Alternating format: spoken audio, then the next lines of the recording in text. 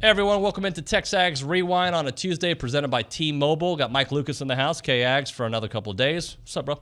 Doing good. First time in studio. Hey, we got to pay some bills. So before we actually talk, let me tell you about T-Mobile. They want you to visit T-Mobile.com/CrossAmerica to learn more about how you can get value and coverage with T-Mobile. You show up on a day of breaking news, my friend. The bowl preparations put on hold because, COVID. Yeah, it's the same old story again. Just when you think you have gotten past the worst of it, it comes back in full force, and I want to see one more Aggie football game. I'm not ready to say goodbye to this 2021 Aggie football team. Yeah, I want to see more, and as soon as that news broke, we had Billy Liucci on the phone talking about it. He had the breaking news early this morning, 8:01. He had it. He was on the show just a couple minutes later. John Lopez, Sports Radio 610 in Houston, talking about journalism coming back to Texas A&M and what it means to be an Aggie and beyond. Brandon Leone talking about his favorite signee. We had a lot of signees, a lot of 5 stars. And Charean Williams, the legend, on the show talking about the Aggies in the NFL. It is TexAgs Rewind. Yeah, I found out. I've been hearing for the last, couple days that they'd had some issues within the program with COVID, and as you can imagine, right now, vaccinated athletes on top of that, and I think that probably raised a major concern. As you're getting ready to send, as Owen just said, they were going breaking for Christmas today. Go home for 4 or 5 days, I think probably 4 days. And I think that probably raised a major concern when you start to see vaccinated players who are typically untested this time of year, or throughout this fall, actually. That was what, it wasn't like the NBA or the NFL where the vaccinated guys get tested. So when they started turning up, I don't know the extent of the symptoms, probably mildly symptomatic. I haven't heard anything to the contrary, but that led to kind of sitting there going, I'm imagining, are we going to send 100 guys home when we know there's something going on within the team?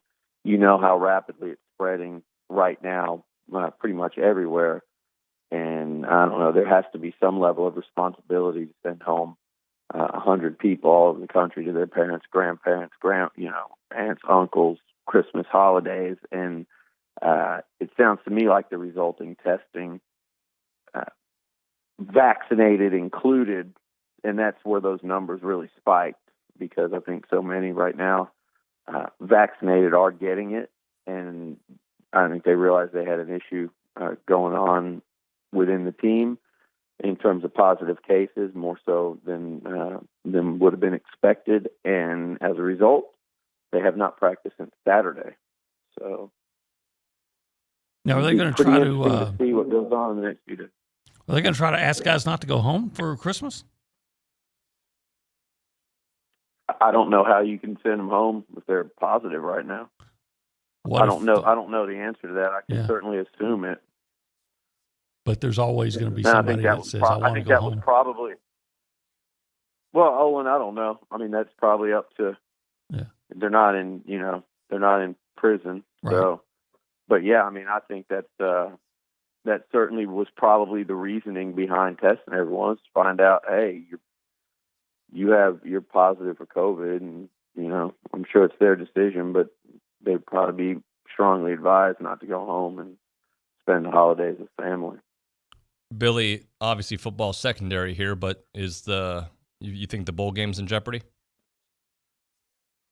My personal opinion, I would think it is. I do know that nothing's been determined on that front. I did confirm that, so they confirmed that the bowl game is not canceled or anything like that. No.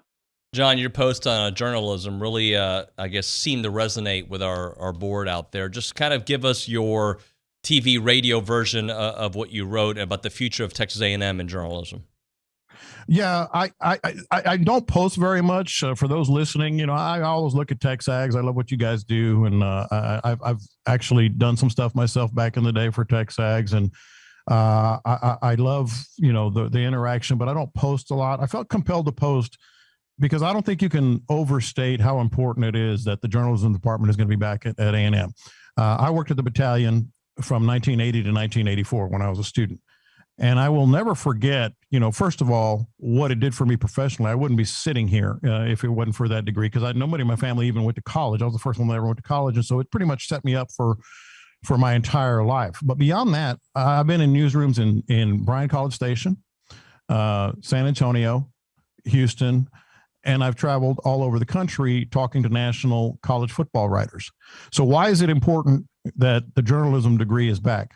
Because I can't tell you, I couldn't even count, probably more than 100 times, how many times I've been in a newsroom or been in a press box, and you see certain, let's just call it what it is, biases toward, and not just Texas, in this state, yes, it's mostly Texas, to like just favor what they're doing, how they're doing things, the coverage, the headlines, the amount of space, even when other programs, and again, not just talking about A&M, but that's where my heart lies, probably deserve more. And I've had discussions with editors at the highest level of, hey, have we thought about this for our readers? Because there's hundreds of thousands of Aggies all over our readership area.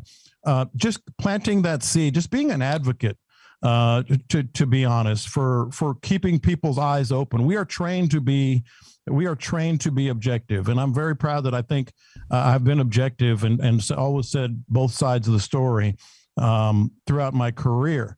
But that doesn't mean that everybody's biased. You got some bias in you, whether you're covering, politics or news or sports. I'll tell you one quick story, not to ramble on, but back in the mid 80s, late 80s into the early 90s, after SMU got the death penalty and TCU got the, all the penalties, I was in a newsroom meeting, and an investigative writer was writing a story on the Aggies and investigating the Aggies for months, and some alleged improprieties that were going on at A&M. And there were some rumors of very similar things going on at Texas. And I kind of half kiddingly told him, well, why aren't you on this too? And this is hand of God, true story. He looked at me and gave me the hook 'em horn sign. Oh. And so those are the little things that I'm like, well, that's not how we do things in this business. So to have an A&M journalism degree, you're talking about 5, 10, 15, 30 years of at least that sounding board for the other side. Brandon, I know you watched some film on these guys, so who jumped out at you? I know there's a lot. I mean, you got a lot of 5 stars to pick from. Maybe there's a couple 4 stars, 3 stars. Who jumped out when you're watching this film like, I cannot wait to see this guy out there on the field? Well, I said this from the jump. I think Evan Stewart's my number one, because we've watched guys like him destroy us the last 3-4 years at Alabama and LSU. You got Jalen Waddle, you got Jamar, all those receivers LSU had, a couple years ago that are just killing it in the NFL. And so Evan Stewart is the first one that, right after that, and most importantly, would probably be Connor Wegman, the quarterback. I know it's obvious, but living in Houston, he's kind of got a fall like Johnny had in the Hill Country. Like everybody just raves about this kid. Oh, man, have you seen the kid from Bridgeland? Blah, blah, blah. Like, he's just a stud. Trying to think on offense. Love Chris Marshall. I think the reason I like Chris Marshall is the attitude and the way he plays. You got that are hungry. I mean, you can watch him in his film, like every catch, every first down, every broken tackle. I mean, he's fired up about it. You want that attitude. To me, you do. You want those guys that are hungry for the game. And so there's so many, man. I mean, that's just offense. That's not even – I didn't talk about Noah Thomas. I mean, there's so many guys. The tight end, didn't even get to talk about the tight end. There's so many guys. That's what's crazy. How many national top 100 did we end up with? Was it 15 or 16? Charean, let's go through the top Aggies in the NFL. Well, number 3, we're going to go to Justin Matabuke. He had 3 tackles, a tackle for loss, and that sack was just huge. It was a 9-yard sack of Aaron Rodgers with 2:30 left, and got the ball back for the Ravens. They, of course, were able to go down and score a late touchdown, tried to go for 2, did go for 2, and didn't get it, and lost by 1 point. But they wouldn't have gotten the ball back without his 3rd down sack. Just a huge play. Number 2, I'm going to go with Co-Lions. Josh Reynolds had a 22-yard touchdown, 6 catches for 68 yards. He's really found a spot in Detroit and is hooked up with Jared Goff, who now has COVID. very well. And then Dan Campbell, of course. I guess you have to throw in Aaron Glenn, too, as the defensive coordinator. But getting that win over the Cardinals was unforeseen and wasn't just a win. I mean, it was a blowout. They did great. And overlooking Christian Kirk, but since they lost, but he had 9 catches for 94 yards and a touchdown in that game. And number one should be pretty obvious, Dennis Allen, and what he did with the Saints, not only as defensive coordinator, but he was acting head coach with Sean Payton out with COVID, and shut out Tom Brady, only the third shutout of Tom Brady's career, 255 games, I think it was, that Tom Brady went without a shutout, and Dennis Allen was able to do that. All Dennis Allen needs to do when it comes time to hire coaches, which actually starts next Monday, he needs to turn on the film and say, here you go. Not only was I defensive coordinator, I was the head coach of this game, and we beat the defending Super Bowl champions 9-0, shut out Tom Brady. That's all he needs to do. I think that game may get him another head coaching opportunity. He certainly deserves it. All right, so I don't think he knows what to do here, but I'm going to ask. All right, we're going to ask. All right, so Mike, what are you supposed to do after you watch a YouTube video? Like and subscribe. There we go. 5-star review. There we go. Comment. Yeah, comment. And share. Do it all. Do it all. And he'll do it for you, but you guys got to do it as well. Thank you so much for watching. It is TexAgs Rewind presented by T-Mobile.